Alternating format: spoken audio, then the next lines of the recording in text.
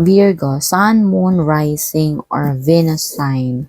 Welcome, welcome, welcome. No, this is your next 10 days reading. So, piliin lamang yung magre-resonate sa'yo, no, o yung makaka-relate ka. No, kapag hindi ka nakarelate, skip mo na lang tong video, ibig sabihin hindi yun para sa'yo. Iba-iba kasing tao to, sitwasyon, pangyayari yung makokollect natin na energy. So, i-expect mo hindi lahat is makaka-relate ka.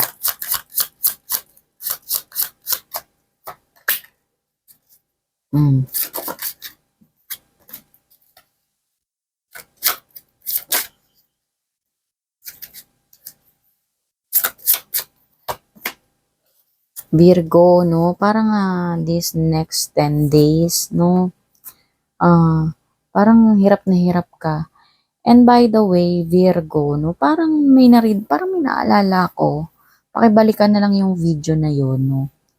Parang may narid ako sa inyo parang last 2 weeks ago, no? Na parang ano ka rin, hirap na hirap ka pa rin. No? And ito parang hirap na hirap ka pa rin, Virgo, no? 'Di ba parang na-mention ko doon kasi isa life cycle 'yon, yung parang kailangan mong pagdaanan, no? Yung ano kasi para maging responsable tayo, basta something balikan niyo na lang yung video na 'yon, no? Nakalimutan ko kung anong color nung thumbnail na 'yon, no? Pero maiksi lang din naman ata 'yon. Basta this week isa parang hirap na hirap ka, parang ano mo, ang dami mong pasanin sa buhay. Yan, may responsibilidad ka siguro. Tapos, iniisip mo pa, nabibigatan ka pa sa sinasabi ng kamag-anak mo ba, partner, ganyan, no? Or maybe yung iba sa inyo dito, parang may extra responsibilidad pa na kailangan na harapin. Ganon, yung tipong parang kailangan mong iba siguro sa inyo dito, kailangan ng extra hard work, no? Ganyan, no? Basta nai-stress ka na. Yon ang sinasabi dito, Virgo. Pero wag ka daw mag-alala kasi parang may tutulong sa'yo. No, magbibigay siguro sa'yo ng comfort or siguro pera or maybe baka may magpapautang. Kung di magpapautang is magbibigay talaga ng pera, no?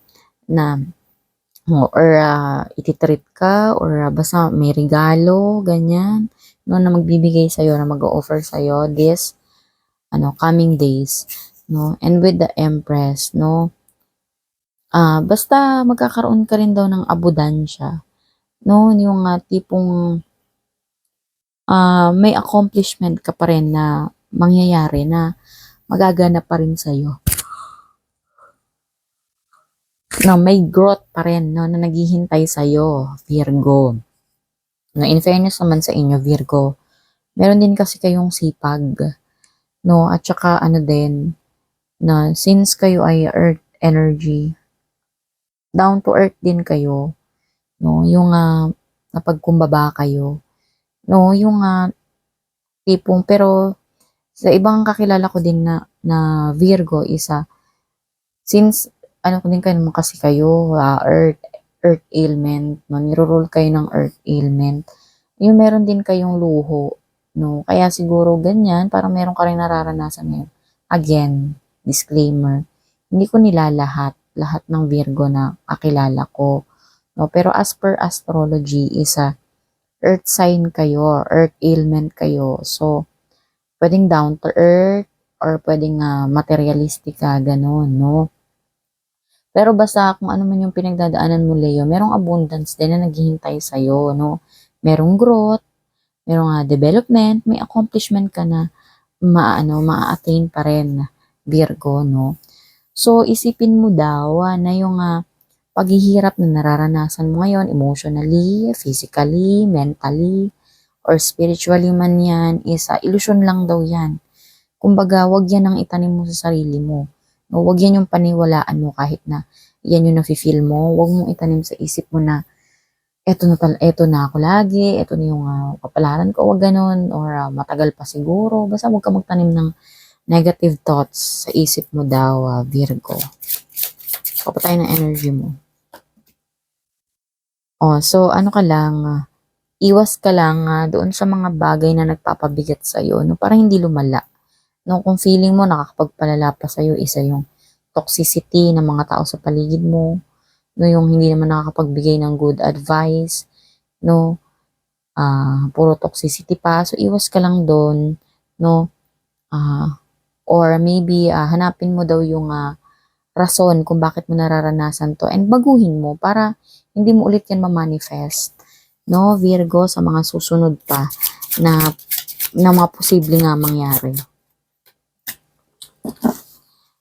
And with the Ten of Cups, no, naalala ko talaga, Virgo, lagi talaga tong umaano sa'yo, lagi talaga tong lumalabas dito sa card mo, yung Ten of Cups, ito na yung overall energy mo, masayang pamilya, no?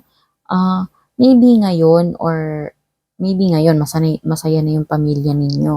Or sa paparating pa siguro, kung hindi ganun kasaya yung pamilya ninyo. Ngayon, pero yung sinasabi ng card dito, magiging masaya yung pamilya ninyo. Sobra-sobra.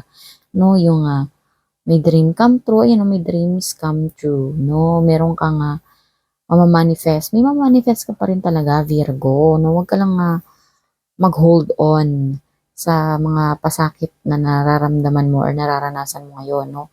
Magkakaroon ka ng kontentuhan sa pamilya or maybe ngayon siguro kung nga parang gumuguho sa'yo yung mundo pero pamilya mo lang yun nandyan sa'yo, no? So magpapatuloy yan, no? I-maintain mo lang yung balance ng masayang pamilya, no? So yun yung energy mo for this coming days, Leo. So kung naman tayo ngayon ng mindful message, no? A subconscious mind. I realize that subconscious beliefs or programs may be holding me back from my desires, no? Siguro daw nare-realize mo ngayon na yung parang paniniwala mo, no, na parang tumanim na sa isip mo. Yun daw yung nakakapagpa-hold back sa'yo, no?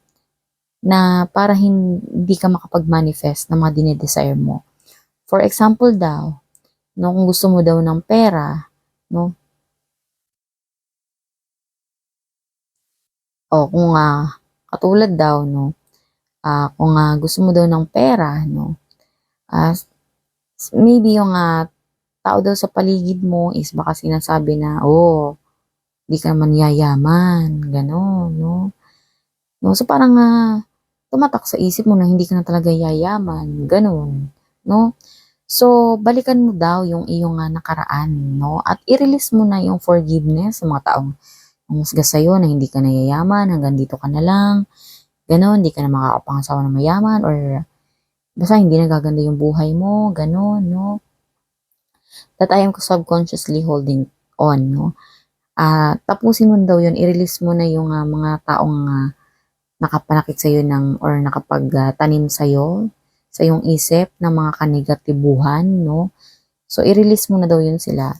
So, I go back to my past and release beliefs that no longer aligned, no? Yung mga hindi naman aligned, no? Sa iyong, tatahaking landas, no? Substituting them with ones that do. So, paltan mo daw yun ng mga bagay or mga iisipin na opposite ng mga narinig mo, naranasan mo dati, no? Para mag-manifest yun sa buhay mo. So, yun yung sinasabi sa ng cards, Virgo. So, kung naman tayo ngayon ng Archangel messages, ito yung may protection at guidance this week, Virgo. Sabi ni Archangel Bridget, no? Caution is warranted. No, look deeper into this situation before proceeding further. No, so parang mag-ingat ka daw muna. Ganon, pag-iingat daw ay kinakailangan. Or ang pag-iingat daw is hanapin mo, no?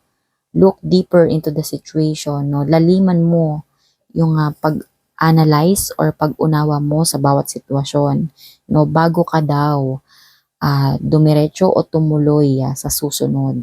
No, yun ang sinasabi ni Archangel Bridget. No, so kung nagustuhan mo tong video na ito, Virgo, please consider subscribing to my channel and liking to this video. Thank you, bye.